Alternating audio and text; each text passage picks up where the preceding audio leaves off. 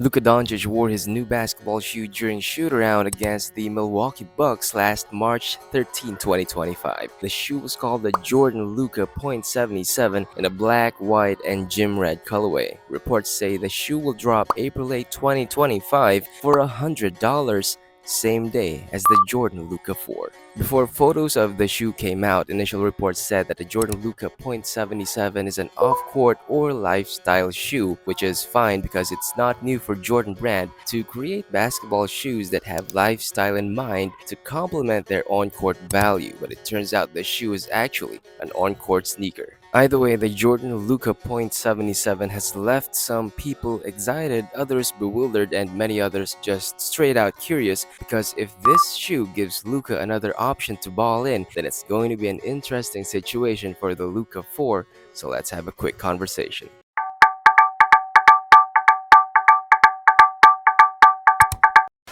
It was only a couple of weeks back when Luka Doncic officially debuted his latest signature shoe, the Jordan Luka 4. That was back in February 26 when Luka played his very first game against his former team, the Dallas Mavericks. You could say that it was a fitting moment to debut the Jordan Luka 4, mostly because the trade itself came as a surprise that left many bewildered. It was a huge opportunity for publicity, and Jordan Brand did put out some effort in the shoe's debut. The brand posted a short video showing the car plate to Luka's Koenigsegg Agera RS being changed from 77 Texas to 77 California, and the car itself was painted in the Lakers colors with Luka's jersey number on it. But it doesn't stop there. Jordan Brand and Luka Doncic might have actually just started because the Luka .77 has just touched the NBA hardwood.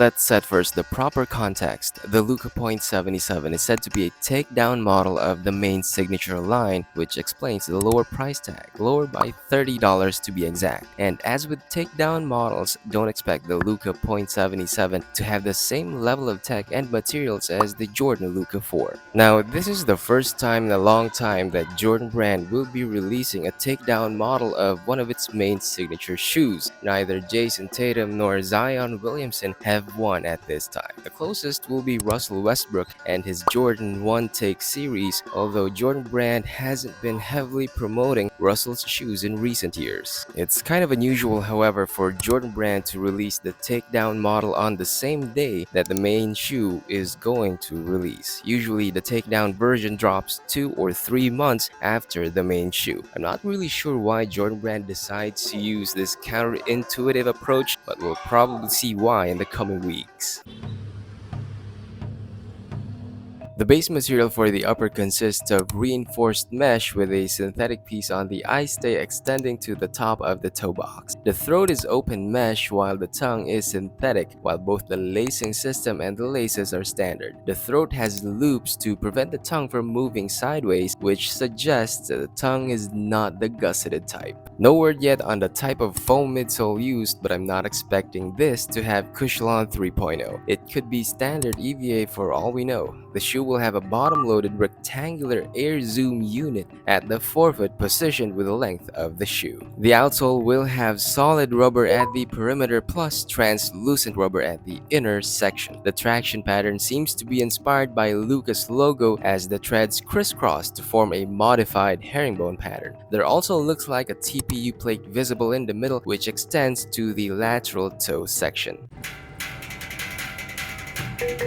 The Luka .77 is somewhere between a low top and a mid top silhouette, almost the same as the Jordan Luka 4. Both shoes also have the same release date with the difference in the price and of course the materials. However, I'm not expecting too much from the Luka .77 in terms of performance. But what if it turns out to be better than the Jordan Luka 4? Or what if Luka decides to wear the .77 more than any of his main signature shoes? That would be interesting, especially given that Luka himself avoided wearing the Luka 2 and 3, returning instead to his trusty Luka 1. I'm not too sure if releasing the .77 on the same day as the Luka 4 is a very smart move, but let me know what you think.